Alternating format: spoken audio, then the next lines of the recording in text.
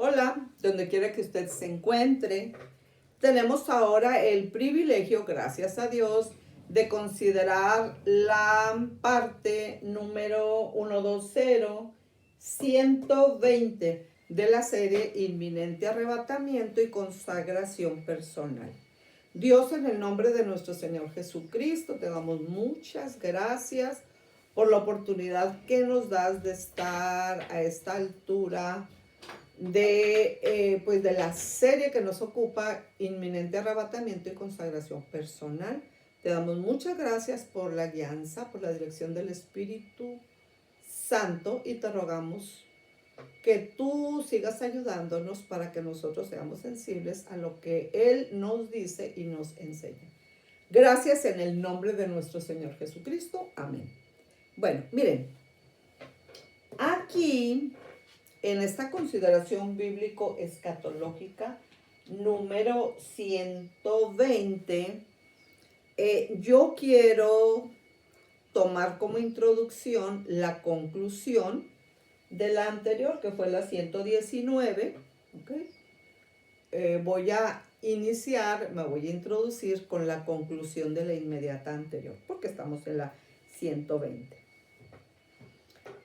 Estábamos diciendo al final de la consideración bíblico-escatológica número 119, porque esta es la 120, que cuando nosotros estamos ubicándonos en el diluvio, lo estamos haciendo como un elemento bíblico totalmente confiable para que nosotros tengamos una comprensión bíblica de cómo será la catástrofe que se acerca a este planeta más rápido de lo que nos imaginamos en la semana 70. Entonces, si la Biblia y otros documentos históricos, pero estamos hablando aquí de la Biblia, nos ha dicho ya a nosotros cómo con santo y seña fue la realización del diluvio, esta catástrofe universal, y nos está diciendo que lo que se aproxima para esta nuestra generación más pronto de lo que nosotros imaginamos, bueno, entonces es muy importante que nosotros de una manera ordenada nos ubiquemos para mayor comprensión del diluvio por las repercusiones que se están esperando en esta nuestra generación.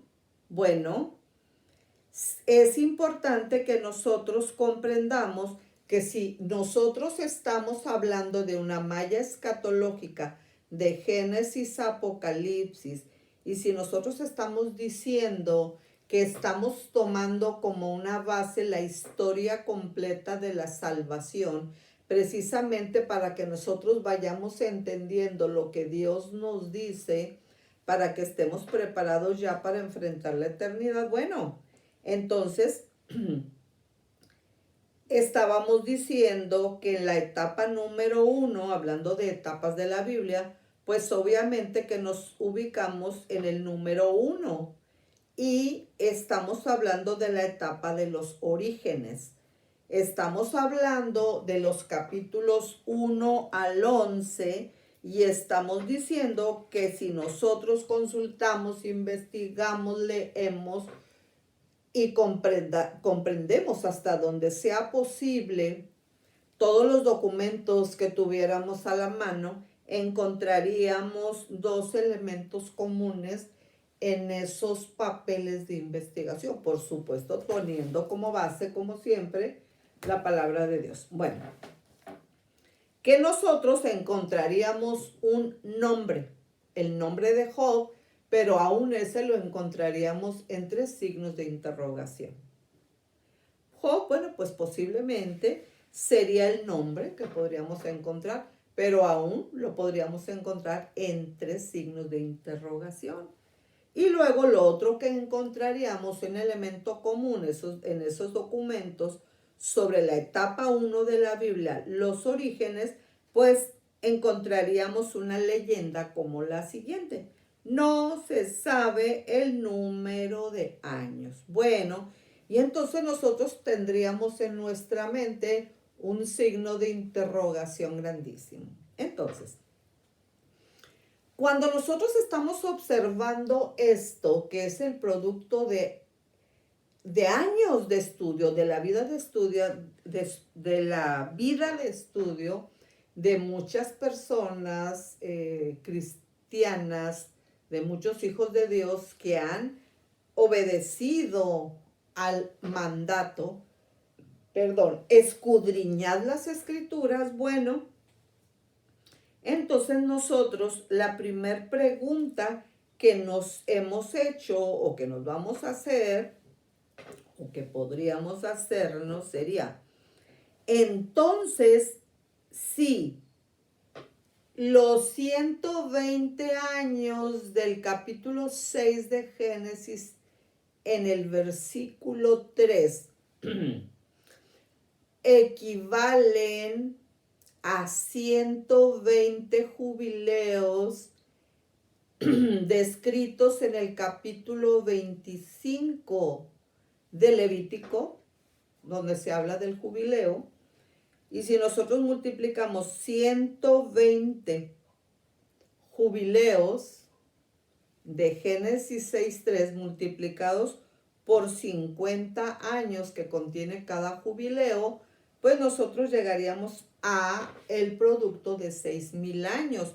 Y van a decir ustedes, bueno, 6,000 años no son nada si nosotros nos ponemos a estudiar y a considerar lo que ya muchas veces se ha dicho con respecto a esa etapa de los orígenes, pues en otro tipo de literatura, como aplique, donde se habla de millones, de trillones de años, que pruebas del carbono 14 y lo que aplique, y entonces nos volvemos a encontrar perdidos en el tiempo, entre comillas. Bueno, entonces a ese aspecto nosotros consideramos el asunto del capítulo, los primeros capítulos de Génesis, ¿verdad? Cuando nosotros vemos el libro de Génesis, ya dijimos que la malla escatológica está presente de Génesis a Apocalipsis. Bueno, pues estamos en Génesis y entonces nosotros nos encontramos que en el capítulo 1 tenemos la creación, encontramos ya en el capítulo 2 al hombre en el huerto de Edén. Luego encontramos en el capítulo 3 la desobediencia del hombre. Y en el capítulo 4 encontramos a Caín y Abel. ¿Ok? 4, 8. Y dijo Caín a su hermano Abel, salgamos al campo. Y aconteció que estando ellos en el campo, Caín se levantó contra su hermano Abel y lo mató. Y Jehová dijo a Caín, ¿dónde está Abel tu hermano? Y él respondió, no sé. ¿Soy yo acaso guarda de mi hermano? Qué grosero, ¿verdad? Le estaba contestando a Dios. Y él le dijo, ¿qué has hecho? La voz de la sangre de tu hermano clama a mí desde la tierra. Ahora pues, maldito seas tú de la tierra que abrió su boca para recibir de tu mano la sangre de tu hermano. Cuando labres la tierra no te volverá a dar su fuerza, errante y extranjero serás en la tierra. Y dijo Caín a Jehová, grande es mi castigo para ser soportado. He aquí me echas soy de la tierra y de tu presencia me esconderé. Y seré errante y extranjero en la tierra, y sucederá que cualquiera que me hallare me matará. Y le respondió Jehová, ciertamente cualquiera que matare a Caín, 7 veces será castigado. Entonces Jehová puso señal en Caín para que no lo matase cualquiera que le hallara. Salió pues Caín de delante de Jehová y habitó en tierra de Nod, al oriente de Edén. Y conoció Caín a su mujer, la cual concibió y dio a luz a Enoc. Y edificó una ciudad y llamó el nombre de la ciudad del nombre de su hijo Enoc. Y a Enoc le nació Irad, e Irad engendró a Mehujael, y Mehujael engendró a Metusael, y Metusael engendró a Lamec. Y Lamec tomó para sí dos mujeres. El nombre de la una fue Ada, y el nombre de la otra Sila. Y Ada dio a luz a Jabal, el cual fue padre de los que habitan en tiendas y crían ganados. Y el nombre de su hermano fue Jubal, el cual fue padre de todos los que tocan arpa y flauta. Y Sila también dio a luz a Tubal-Caín, artífice de toda obra de bronce y de hierro, y la hermana de Tubal-Caín fue Naama. Y dijo Lamec a sus mujeres, Ada y Sila: oíd mi voz, mujeres de Lamec, escuchad mi dicho, que un varón mataré por mi herida y un joven por mi golpe. Si 7 veces será vengado Caín, Lamec en verdad 70 veces 7 lo será. Y conoció de nuevo Adán a su mujer, la cual dio a luz un hijo, y llamó su nombre Set, porque Dios, dijo ella, me ha sustituido a otro hijo en lugar de Abel, a quien mató Caín, ¿ok? Set significa sustitución. Y a Set también le nació un hijo y llamó su nombre Enos. Entonces los hombres comenzaron a invocar el nombre de Jehová. Y ahí está la clave en la que yo ahora me quiero focalizar. Génesis 4:26 para decir lo siguiente. ¿Cuál es el problema de siempre de Dios con el hombre? Bueno, pues es la rebelión para proceder al pecado, ¿ok? Entonces, aquí estamos tomando un punto de referencia donde en el capítulo 5 están los descendientes de Adán, y luego en el capítulo 6 está la maldad de los hombres. ¿La qué? La maldad de los hombres. Aquí mismo en el capítulo 6, a partir del versículo 9, está Noé construyendo el arca, ¿ok? En el capítulo 7 está el diluvio, tema central que nos ocupa ahora.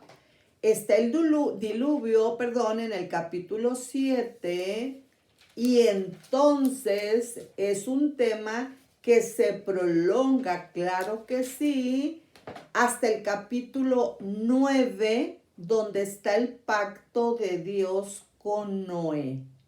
Fíjense bien, aquí en el capítulo 9 está el pacto de Dios con Noé.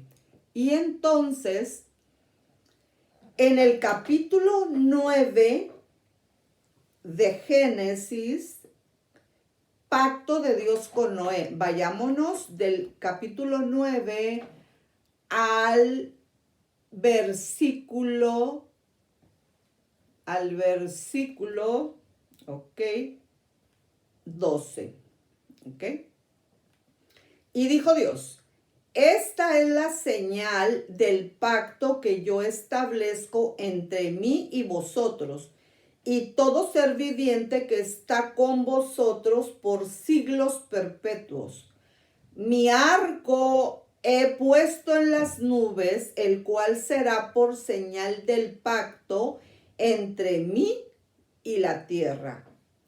Y sucederá que cuando haga venir nubes sobre la tierra, se dejará ver entonces mi arco en las nubes. Está hablando del arco iris. Y me acordaré del pacto mío que hay entre mí y vosotros y todo ser viviente de toda carne. Y no habrá más diluvio de aguas para destruir toda carne.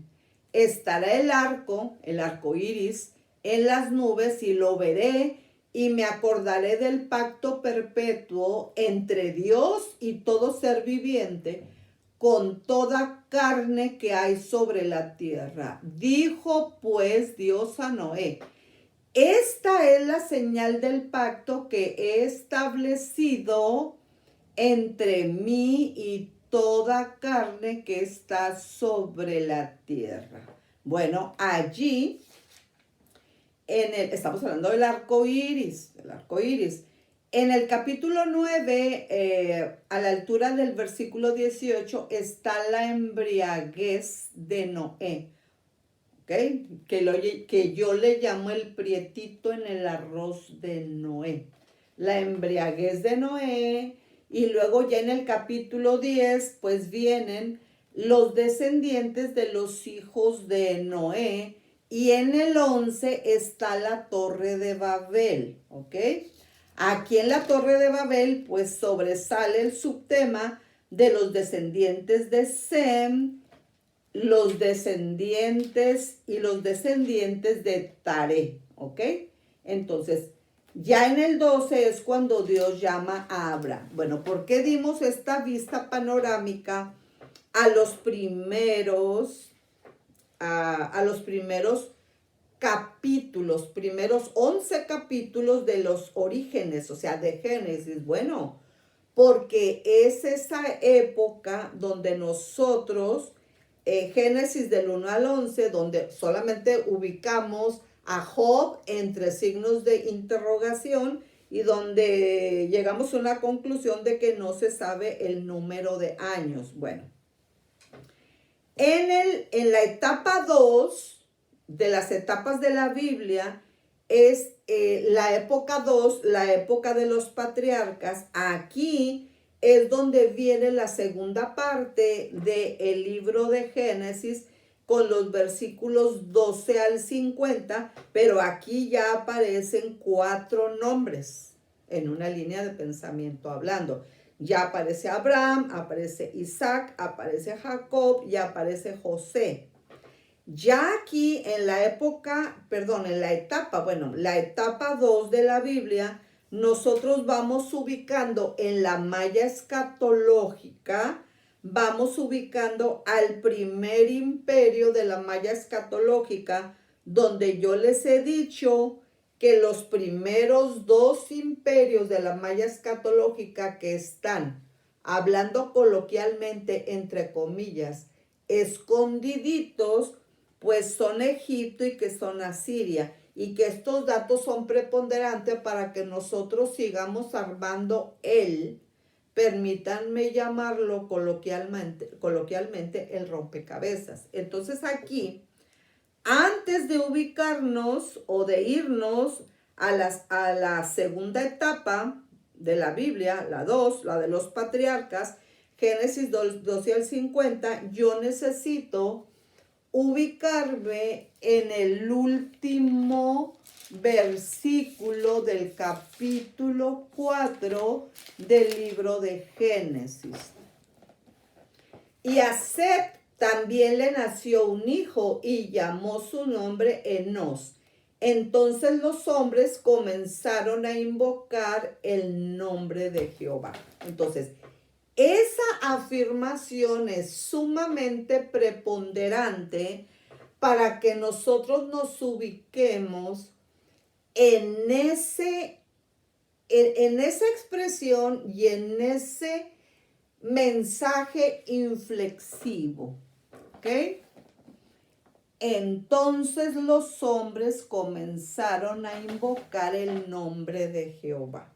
Entonces, cuando nosotros estamos partiendo de Génesis 6:3 Y dijo Jehová, no contenderá mi espíritu con el hombre para siempre, porque ciertamente él es carne, mas serán sus días 120 años. Entonces nosotros ya analizamos en la consideración bíblico-escatológica inmediata anterior, la 119, porque esta es la 120, ya analizamos el hecho conclusivo que llevó a muchos eruditos durante el transcurso de sus vidas a determinar algo que tiene sentido con respecto a los 120 años de Génesis 6:3. Cuando ellos hacen una correlación con el libro de Levítico, habiendo analizado toda la malla escatológica, habiendo analizado y llegando a la conclusión, basados en el capítulo 25 de Levítico, donde está determinado lo relativo precisamente al año de reposo y al año de jubileo en Levítico 25, ¿ok? Ya nosotros vimos que en el capítulo 25 está establecido y contará 7 semanas de año, 7 veces 7 años, de modo que los días de las 7 semanas de años vendrán a serte 49 años. Entonces harás tocar fuertemente la trompeta en el mes séptimo, a los 10 días del mes, el día de la expiación, haréis tocar la trompeta por toda vuestra tierra. El año 50, versículo 11, os será jubileo. Ok, bueno. Entonces, ellos, con su vida, pues, de erudición, tomando como base bíblica lo que yo ya les he explicado, entonces ellos dicen, ok, si nosotros ubicamos 50 años de un jubileo en 120 años mencionados en Génesis 6:3 y hacemos una multiplicación, obtenemos un producto de 6,000 años. Entonces, si nosotros estamos hablando de 6,000 años, ¿ok? En la malla escatológica de Génesis Apocalipsis, pues va a surgir un grande signo de interrogación, el de inicio y el del final, como ya lo teníamos ubicados acá en la etapa número 1, en la etapa de los orígenes, donde el nombre único que se menciona es Job, y entre signos de interrogación, pues nosotros decimos, ¿cómo que 6,000 años? Sí, mucho se nos ha hablado del paleozoico, del mesozoico, o de la era paleolítica. ¿Y dónde quedan tantos años? ¿Dónde están los millones de años que se han medido, por ejemplo, a través de una unidad de medida como el carbono 14 y como aplique? Entonces andamos perdidos en los años, pero lo que nosotros tenemos que entender es que cuando Dios en la creación coloca la creación del hombre en el día 6, vio que era bueno en gran manera. Entonces, cuando Él ejecuta la creación en el día primero, dice, y vio Dios que era bueno. En el día 2, y vio Dios que era bueno. En el día 3, y vio Dios que era bueno. En el día 4, y vio Dios que era bueno. En el día 5, y vio Dios que era bueno.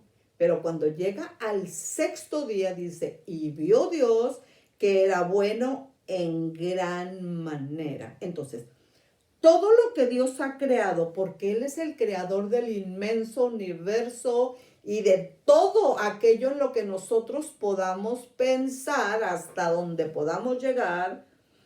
Pero este no es un libro que nos está dando detalle de todo lo que Dios ha creado, de todo lo que es dueño, de todo lo que es su inmensa riqueza, porque Él es Dios. El propósito de este libro es que Él quiere comunicarse con nosotros y nos está hablando al corazón cuando nosotros estamos hablando del hombre, de usted y de mí. Estamos en el foco de este libro bellísimo, que es el libro Un Tesoro, que nos dice todo lo que nuestro Padre tiene para nosotros aquí y en el cielo. Es inmensamente rico. Pero aquí, cuando no se sabe el número de años, bueno, la Biblia no nos da santo y seña de eso, pero en la etapa 2, Génesis 12 al 50, entonces ya después de la primera etapa de los orígenes, ahora estamos en la de los patriarcas, ¿ok?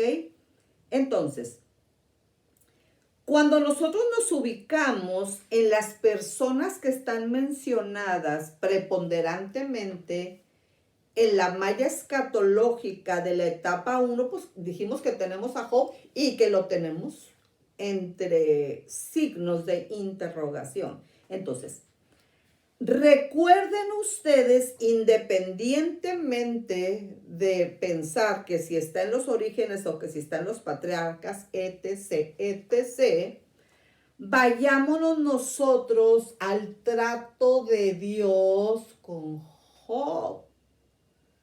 Dios se lo estaba presumiendo, permítanme usar esa expresión coloquial, entre comillas.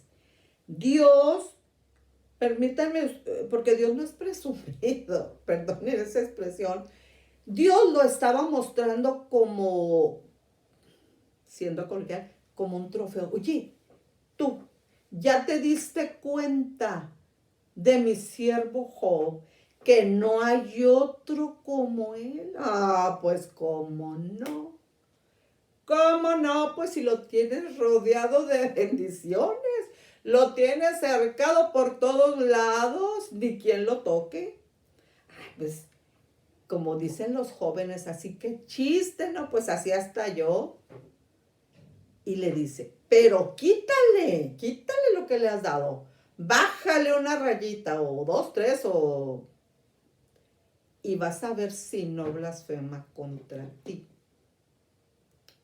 Y Dios le dice, ok, te doy permiso que lo toques aquí. Acuérdense que Dios siempre manda. Y a ese le pone sus límites, a ese enemigo.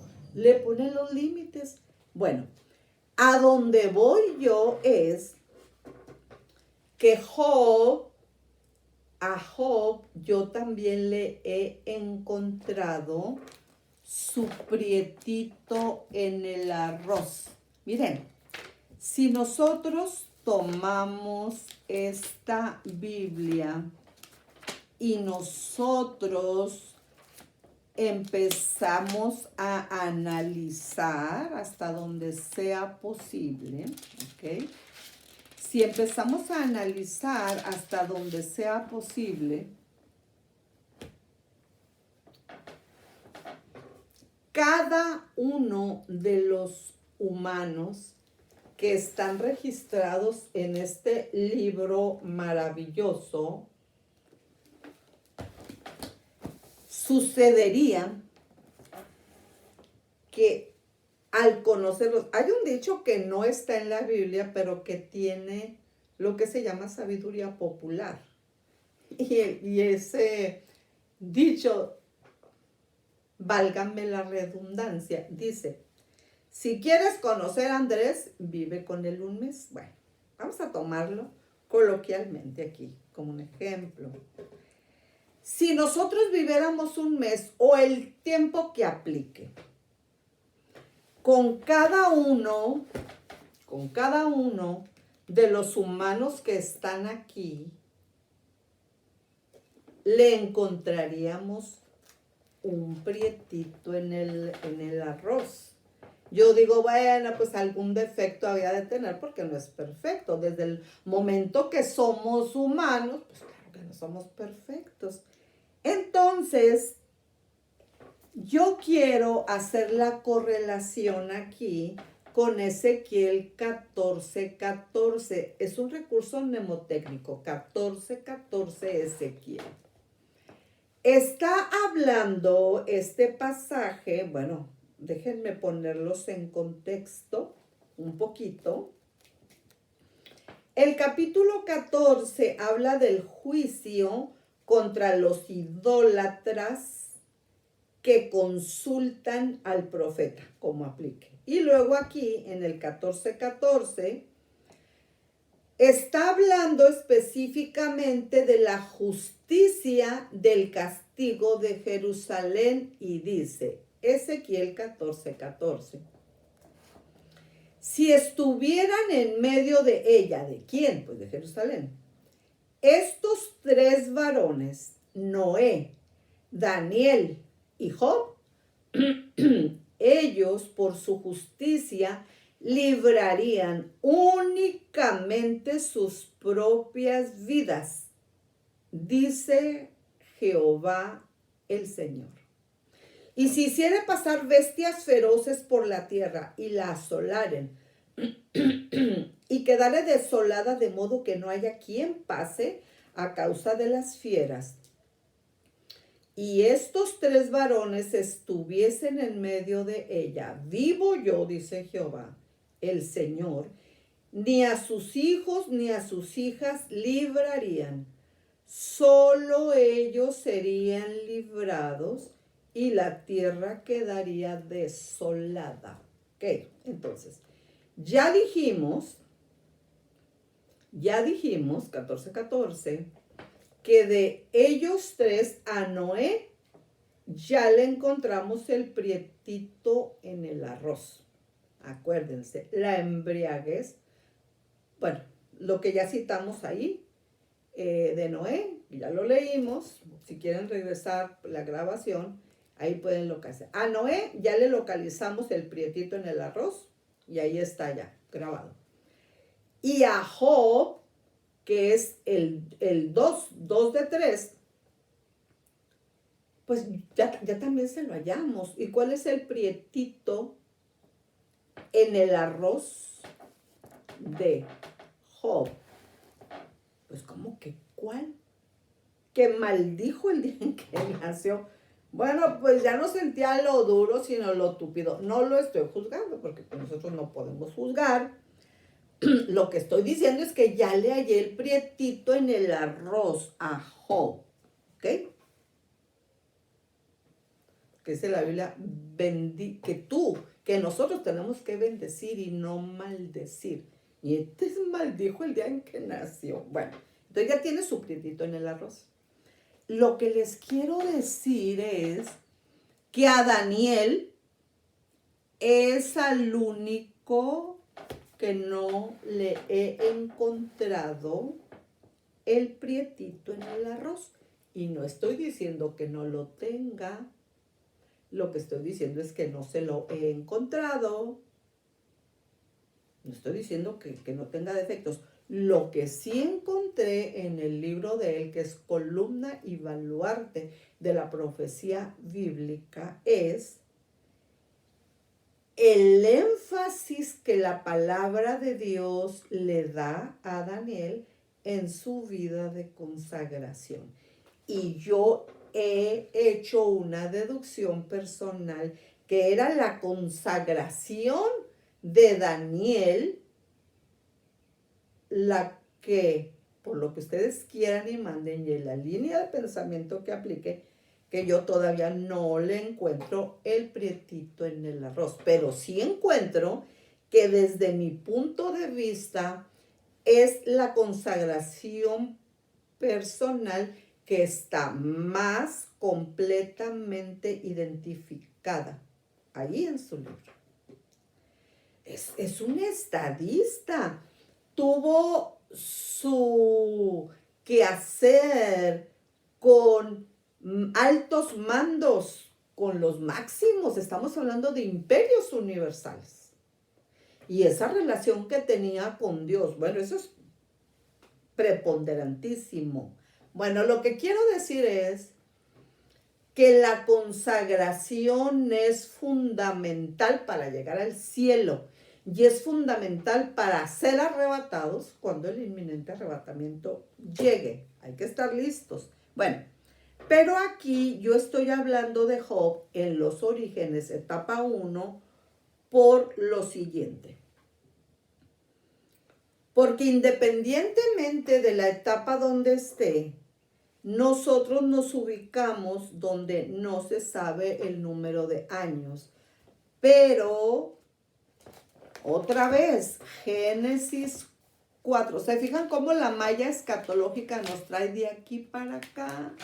Y lo estoy haciendo a propósito para que ese redireccionamiento a la malla escatológica que yo ubico en el plano del enfoque específico de cada una de las consideraciones bíblico-escatológicas de esta serie, que ya llevamos 120, pero que hay más de 300 de otra manera.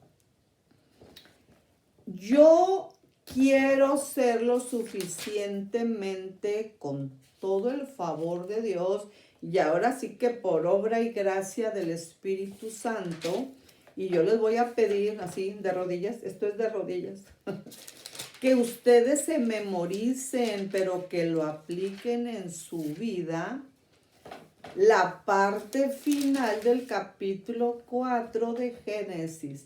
Entonces los hombres comenzaron a invocar el nombre de Jehová. ¿Ok? ¿Por qué Dios le estaba mostrando como un modelo al enemigo, a Satanás? Él estaba mostrando a Job, óyeme, qué distinción, ¿verdad? Qué distinción. ¿Por qué se lo estaba mostrando? Bueno, porque independientemente del prietito en el arroz, él en medio de toda situación de dificultad, en la cual estaba siendo observado tanto por nuestro Dios como por el enemigo, él, independientemente de que maldijo el día en que nació, pues ya no sentía lo duro sino lo tupido. Tampoco lo estoy justificando, tampoco lo estoy juzgando. Dios nos está observando también a nosotros. Nos está observando a nosotros y es bien paciente, pero lo que quiero enfatizar aquí es, primero, es sumamente preponderante que nosotros nos consagremos a nuestro Señor Jesucristo de acuerdo a la guianza del Espíritu Santo, porque si no hacemos eso voluntariamente, automáticamente empezaremos a hacerlo para Satanás. Y ese Satanás lo único que quiere es matarnos. Entonces, aquí quiero enfatizar que todos los millones, trillones y chorromil años de lo que sea que Dios aquí no ha tomado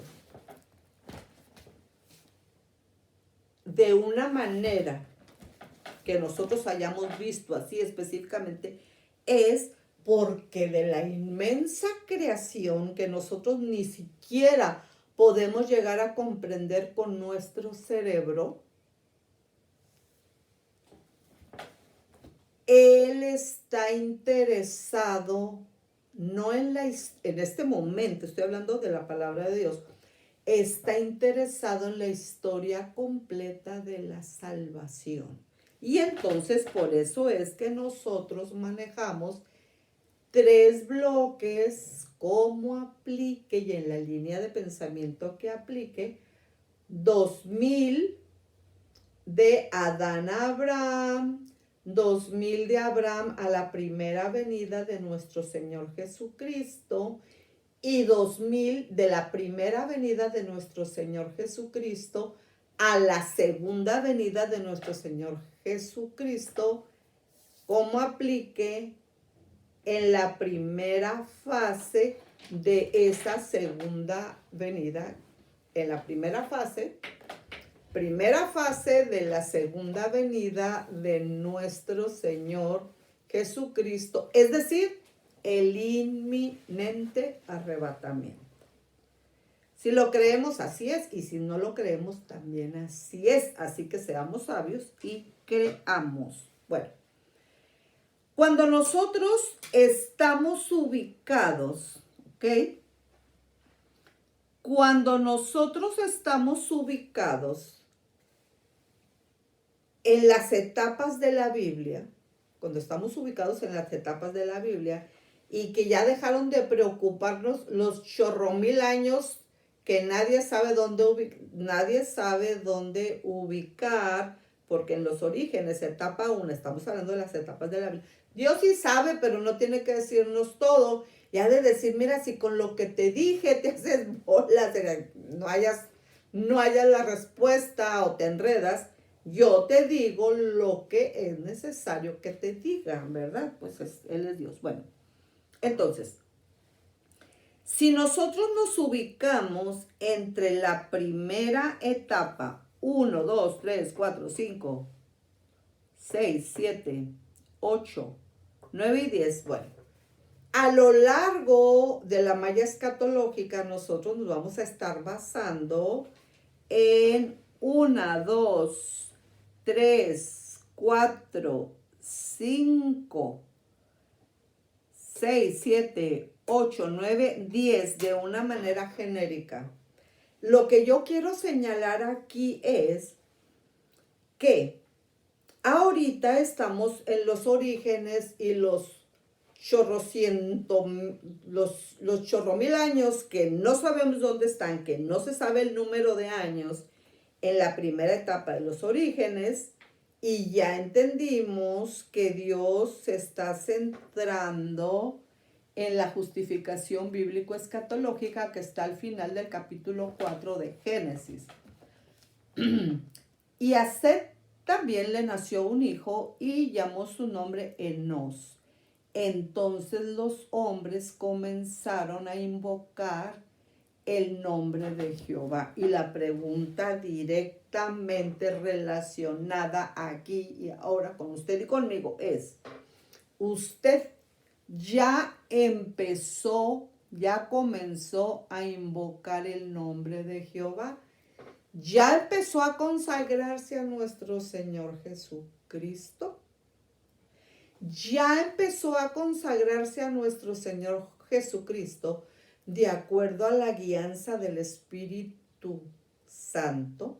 Eso es preponderante si es que usted quiere ser parte del grupo, de la parte de la iglesia que pronto será arrebatada y no es cuento de Caperucita Roja, ¿ok?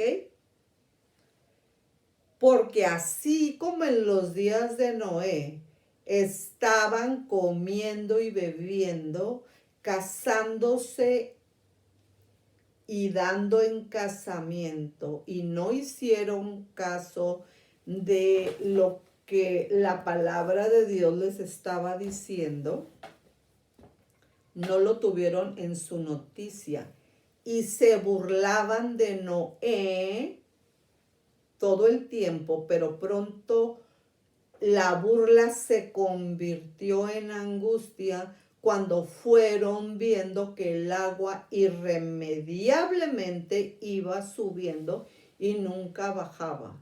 Y vino el diluvio y se los llevó a todos, excepto a Noé y a su familia. Estamos hablando de 8 humanos.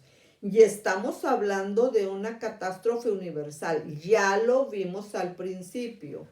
¿Cuáles son las pruebas bíblicas y también extrabíblicas por las cuales sabemos que vino el diluvio y se lo llevó a todos, excepto 8 personas, Noé y su familia, y a todos los animalitos que entraron al arca? ¿Ok? La Biblia dice que así como fue en el caso de Noé, va a ser ahora en estos tiempos finales, pero ahora el elemento de destrucción preponderantemente será fuego. ¿Ok? Entonces, pero fíjense cómo aquí, cuando leímos Ezequiel 14:14, a propósito de malla escatológica, que vamos aquí, que vamos allá, eso también tiene un objetivo preponderante. Dios mismo lo está diciendo, mira, aquí tengo a 3 modelos. Así como allá tenía a un modelo de perfección como aplique, y en la línea de pensamiento que aplique, porque ya sabemos que ningún humano es perfecto y que todos tenemos más errores de los que nos gustaría aceptar. Estamos diciendo que en Ezequiel 14:14, él acá en los orígenes, Dios está poniendo como el modelo a Job. Pero acá en Ezequiel 14:14 está manejando 3 modelos.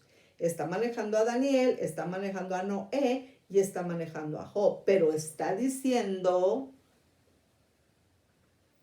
como ahí está Noé, es como si nos dijera, no va a ser ahora como fue con Noé, que se salvó él y a su familia. Está diciendo, en la situación de dificultad que aplique, solamente ellos 3 salvarían, serían salvos por su propia justicia. Como aplique y en la línea de pensamiento que aplique, solamente ellos 3. Ni a hijo salvarían, ni a hija. Son ellos 3. Fíjense que ni siquiera se está aplicando lo que se aplicó en el diluvio con Noé, que pues fue él y su casa. Aquí no. Ellos 3 solamente, no hijos. ¿Ok? Está diciéndolo, bueno, ustedes ya lo pueden leer de una manera más específica, las implicaciones específicas que tiene. ¿Por qué estoy diciendo esto? Bueno, yo estoy diciendo esto, que ciertamente lo que viene para esta generación que la Biblia menciona es algo que sí nosotros podemos tomar como un modelo para aprender por el método de comparación. Claro que sí, el diluvio, pues una catástrofe universal. Ya vimos por qué. Pero aquí, cuando nosotros estamos hablando con respecto a lo que viene en la semana 70, no existe en ningún diccionario de ninguna lengua, en ningún idioma, dialecto o como se llame, no existe la definición propiamente dicha de lo que significa la megatilipsis en el original, igual a gran tribulación. No existe. No existe ni siquiera la definición. ¿Por qué?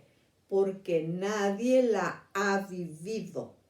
Entonces, como nadie la ha vivido, tenemos el recurso del diluvio, que es algo que ilustra perfectamente, pero no totalmente. Entonces, usted puede decir, bueno, pues eso, ¿quién lo conoce? Bueno, pues realmente nadie, porque nadie lo ha vivido en esa magnitud. Lo que más se le parece, pues es lo del diluvio, hablando de una catástrofe universal. ¿Ok? Entonces, ¿quién va a saber exactamente lo que significa gran tribulación? Pues los que la estén viviendo en los 3,5 años de la segunda parte de los 7 años proféticos que vienen muy pronto en la semana 70. 3 años y medio de tribulación y 3 años y medio de gran tribulación.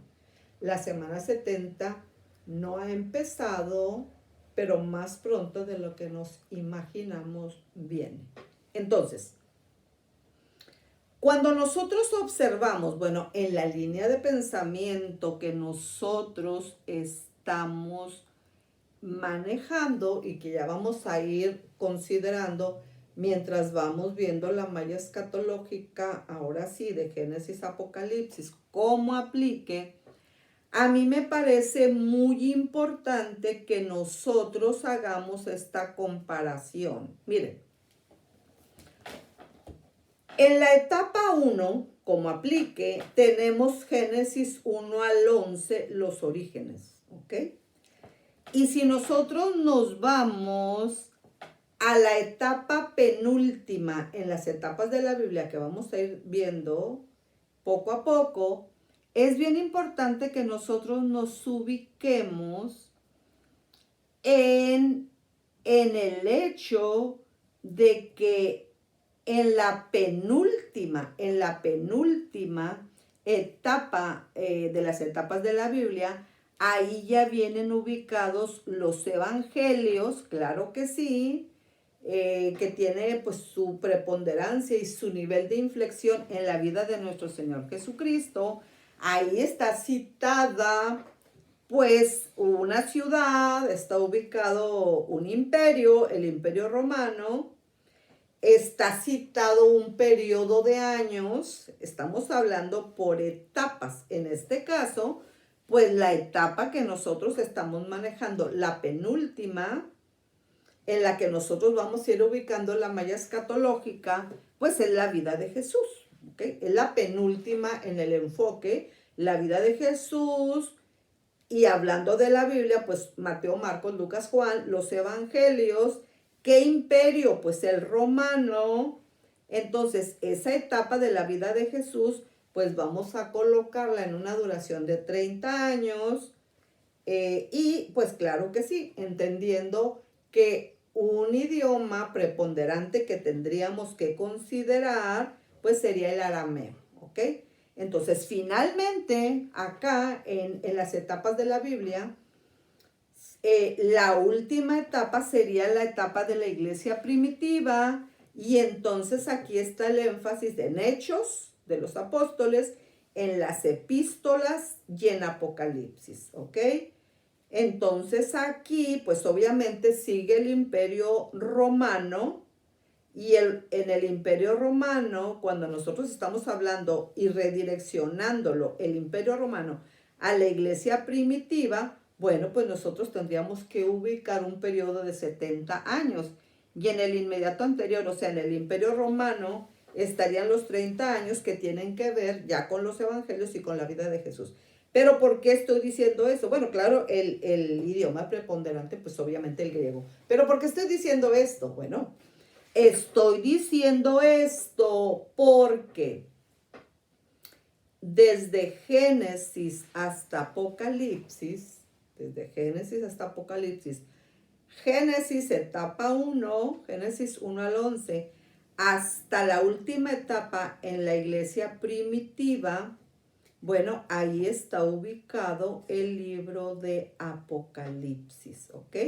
Por eso les digo que nosotros debemos comprender lo que vayamos a comprender en el contexto de la malla escatológica desde Génesis hasta el Apocalipsis, y es propiamente lo que estamos haciendo poco a poco.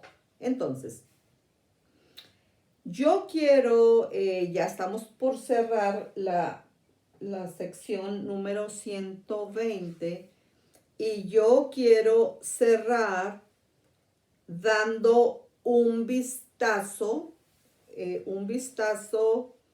general a la secuencia de los imperios de la malla escatológica, que obviamente está ubicado en las etapas de la Biblia.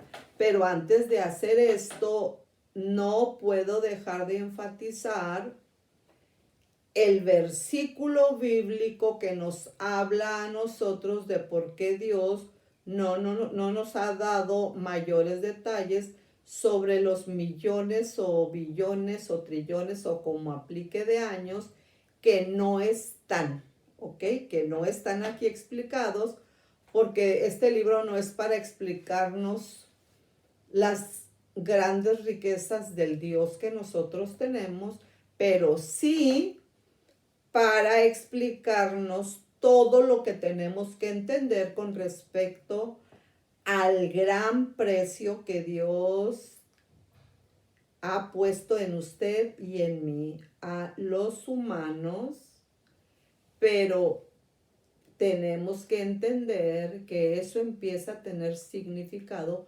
cuando los hombres comenzaron a invocar el nombre de Jehová. Entonces, usted ya empezó. Bueno, yo le recomiendo que lo haga porque eso es fundamental. Bueno, cuando nosotros estamos hablando de las etapas de la Biblia para tener un conocimiento más completo y más básico, más fundamental de la malla escatológica, bueno, entonces en las etapas de la Biblia yo solamente quiero enfatizar lo siguiente. Etapas de la Biblia. Ya dijimos que en los orígenes no se sabe el número de años. En la época de los patriarcas ya tenemos a Egipto, número 1, ¿ok? Número 1. Y aquí la etapa de los patriarcas está ubicada del año 2000 al 1570 antes de nuestro Señor Jesucristo. Estamos hablando de 430 años como aplique y en el nivel y en la línea de pensamiento que aplique. La etapa de la Biblia relativa a Moisés la ubicamos en el imperio de Egipto del año 1570 al 1450 antes de nuestro Señor Jesucristo. Estamos hablando de 120 años. También como aplique y en la línea de pensamiento que aplique.